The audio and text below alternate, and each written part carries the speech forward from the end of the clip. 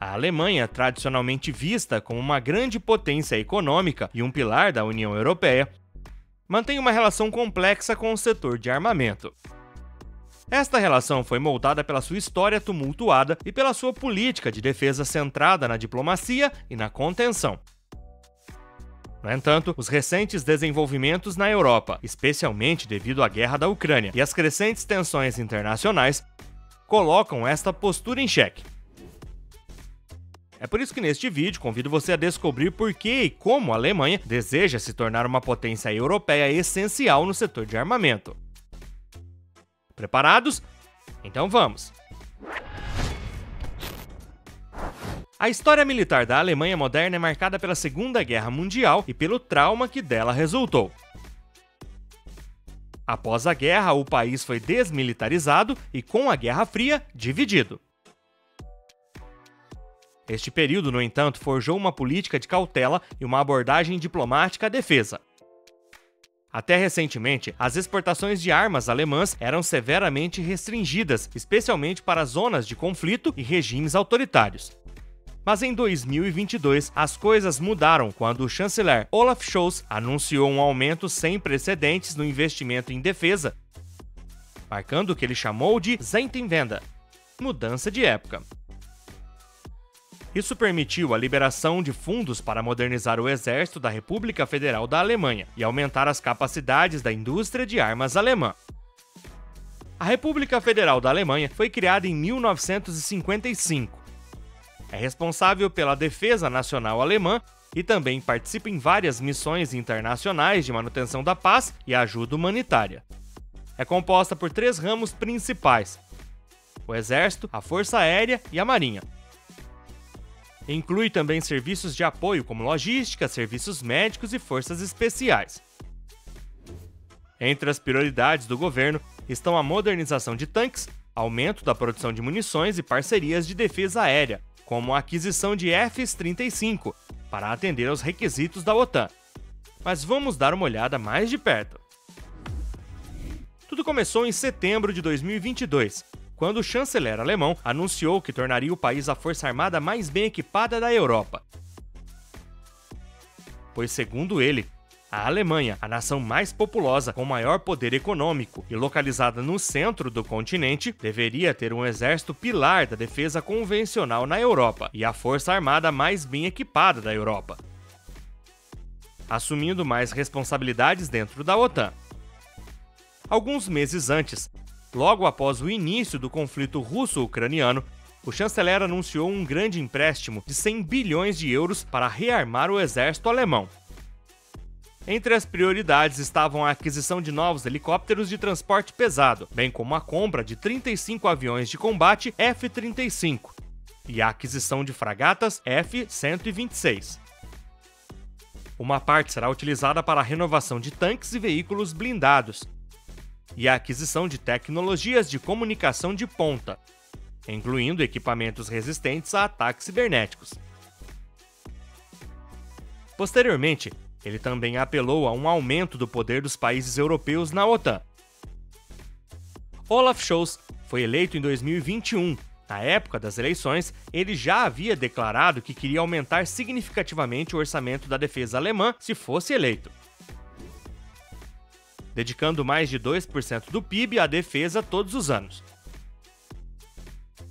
É, portanto, claro que a invasão russa à Ucrânia foi decisiva para a política de defesa alemã.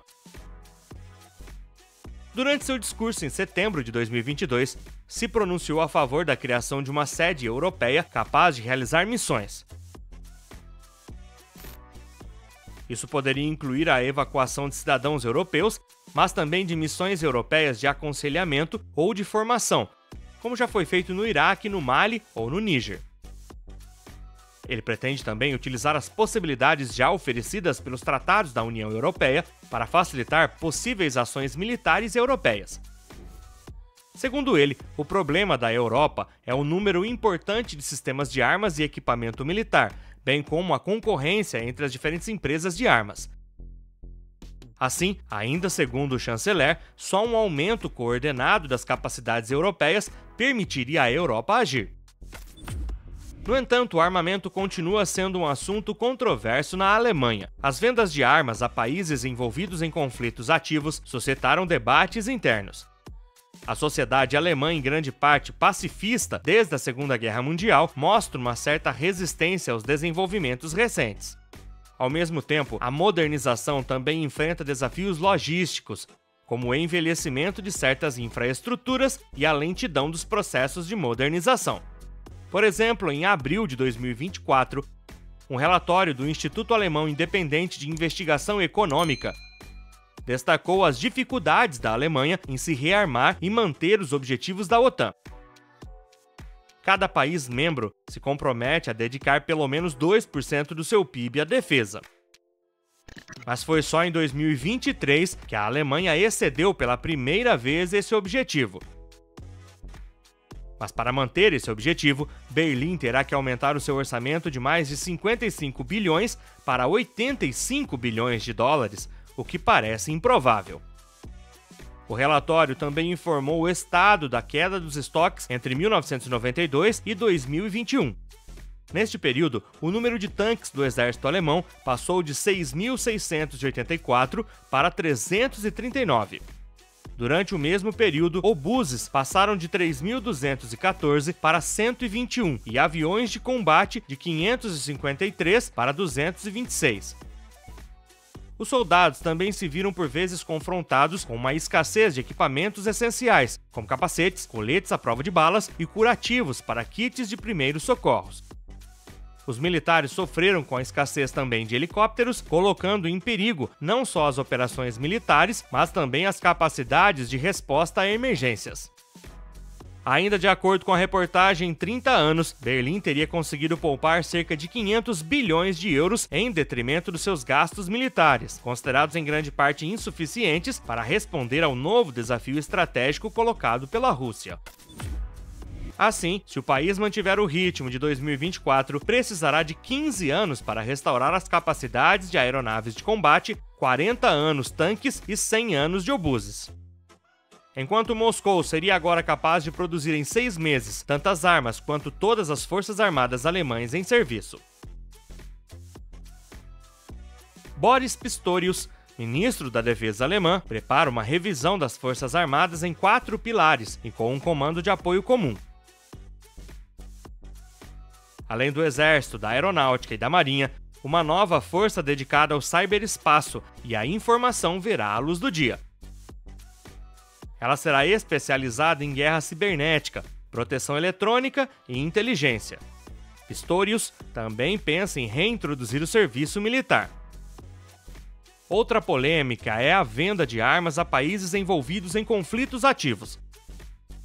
A Alemanha é o lar de algumas das empresas de armas mais influentes da Europa, como a Rheinmetall, ThyssenKrupp Marine Systems e Krauss-Maffei Wegmann, que produzem equipamentos renomados como o tanque Leopard 2, um tanque de guerra rápido que se consolidou como um dos tanques mais eficientes e tecnologicamente avançados.